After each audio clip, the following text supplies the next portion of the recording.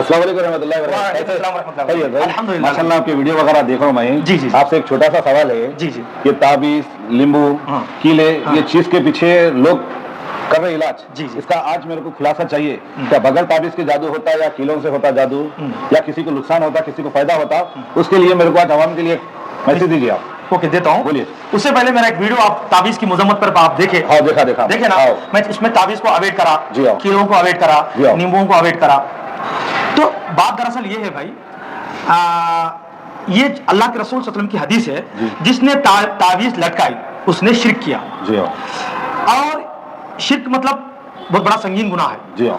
तो अब रही बात ताबीज, कीले, ये जो चीज़ा है, इससे इलाज नहीं सकता। इलाज कैसे करना, जी हाँ। सवाल ये भी पैदा हो। जब आप उसको अवॉइड करेंगे तो फिर इलाज कैसा करें? एक आम आदमी इलाज कैसे करे? जी हाँ। अब किसी को जिन्नात लगा, किसी को परेशानी आ गई, किसी को जादू का असर हुआ, तो उसके लिए अल्लाह के फजल करम से रुक़य्या यानी दम करना, कुरान आयात को दम करना। जी हाँ। तो ये जो रुक़य्या दम करने वालों को राक़ी कहते हैं। जी हाँ। राक़ी कहते हैं। तो उन लोगों का काम क्या है बोले तो कुरान हदीस की रोशनी में जो है, जैसे सना पत्ता है, कलौंजी है, बेर का पत्ता है। बेर के पत्ते के बारे में अगर मालूम हुआ तो सोने के भाव बिकता। अच्छा। अगर जिन्नात का जो मरीज होता, उसके जिस्म के ऊपर अगर सूरह बकरा, कुल औज़ु बिल फलक, कुल औज़ु बिन नास अगर पढ़कर लगा लिया जाए तो अल्लाह के फजल करम से पढ़ने वाला, रुक़य्या पढ़ने वाला अगर सही आदमी है तो उसकी बीमारी शफा होती। बहरहाल उसके मतलब वो तजुर्बे के साथ पेशेंट के कंडीशन के हिसाब से सना पत्ता, जैतून का तेल, अजवा खजूर, बेर का पत्ता, तजुर्बे पेशेंट के कंडीशन के हिसाब से उसके हिसाब से उसका इलाज किया जा सकता रुक़य्या के जरिए से। ये ना के ताबीज और पलीते, गंडे, इन चीजों से हम अवॉइड रहना, दूर रहना, और इन चीजों से हम इलाज नहीं करना। सही जी। बात। तब ये जो पब्लिक जो है आपकी वीडियो देख रही है, जी, इंशाल्लाह ताला आप जो चीज़ें बोले आप माशाल्लाह अच्छा है, उसको फर्क भी होगा, लोग इस चीज़ को मानेंगे भी इंशाल्लाह। कुरान जब हदीस से जब हम रेफरेंस दे रहे हैं, हाँ। आप मुझे रेफरेंस पूछिए, मैं रेफरेंस देता हूँ इंशाल्लाह। अच्छा। ताबीज लटकाना शिर्क है। अच्छा। कलौंजी, सना पत्ता, जैतून का तेल, सूरह बकरा, जिस घर में सूरह बकरा पड़ी जाती उस घर से शैतान फरार होता। कौन बता रहे हैं? अल्लाह के रसूल सल्लल्लाहु अलैहि वसल्लम बता रहे हैं। जी हाँ। तो ये चीजों से रुक़य्या के जरिए से हम इलाज कर सकते। अच्छा, दूसरी बात इसमें और एक मजेदार बात ये है, बहुत सारे आमिलीन के पास लोग जाते हैं। जी हाँ। उन मेंटल कंडीशन में रहता, उसको स्किज़ोफ्रेनिया या तो एंजाइटी या तो ओसीडी, ऐसे बीमारियां रहते। वो बीमारियों में तो लोग ताबीज लिखते, रुक़य्या पढ़ने वाले रुक़य्या पढ़ते, मगर इससे उसका इलाज नहीं होता।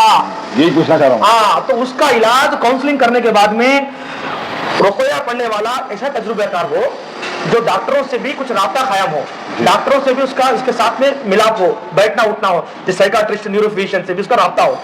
वो लोग क्या कर सकता है, जब काउंसलिंग में ये जादू, जिन्नात और ओसीडी, स्किज़ोफ्रेनिया को अवॉइड करके, ये इसकी जिस्मानी बीमारी है या तो फिर हकीकत में जादू जिन्नात की बीमारी, अवॉइड कर सकता। कब वो काउंसलिंग करे तो मालूम पड़ता।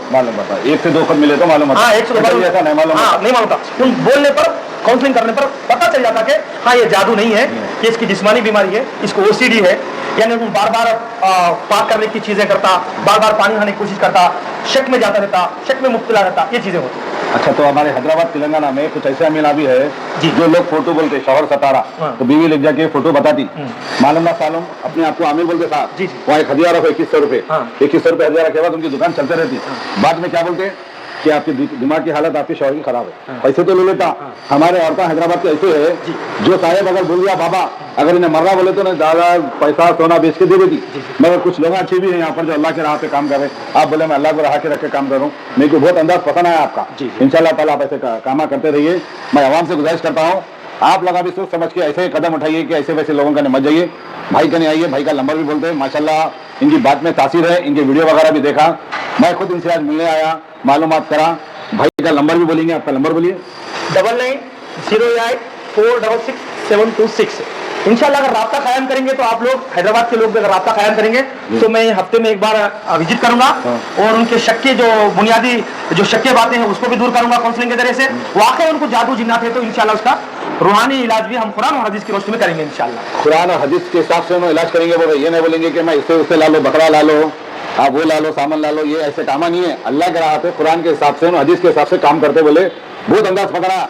आजकल हमारे हैदराबाद तेलंगाना में कोई बकरा ला बोल रहा, कोई कब्रिस्तान में मट्टी ला बोल रहा, घर की मट्टी ला बोल रहा, कई किस्म के ऐसे मसले चल रहे, कोई गुड़ी ला बोल रहा, कोई फुटबॉल ला बोल रहा। ऐसे लोगों से होशियार हो जाइए। कुरान के आयत में जो लिखा हुआ है वो हिसाब से हमारे भाई इलाज करते करते आप एक बार आके मिलिए, इंशाल्लाह ताला हम हैदराबाद में भी ब्रांच खोलने वाले हैं, यहाँ पर मलगी वगैरह देख रहे हैं, इंशाल्लाह ताला हम भी वो बताएंगे आपको। भाई से मिलिए, सुने भाई बहुत खुशी की बात हुई आपसे मिले, बहुत बहुत शुक्रिया आपका। अस्सलाम वालेकुम।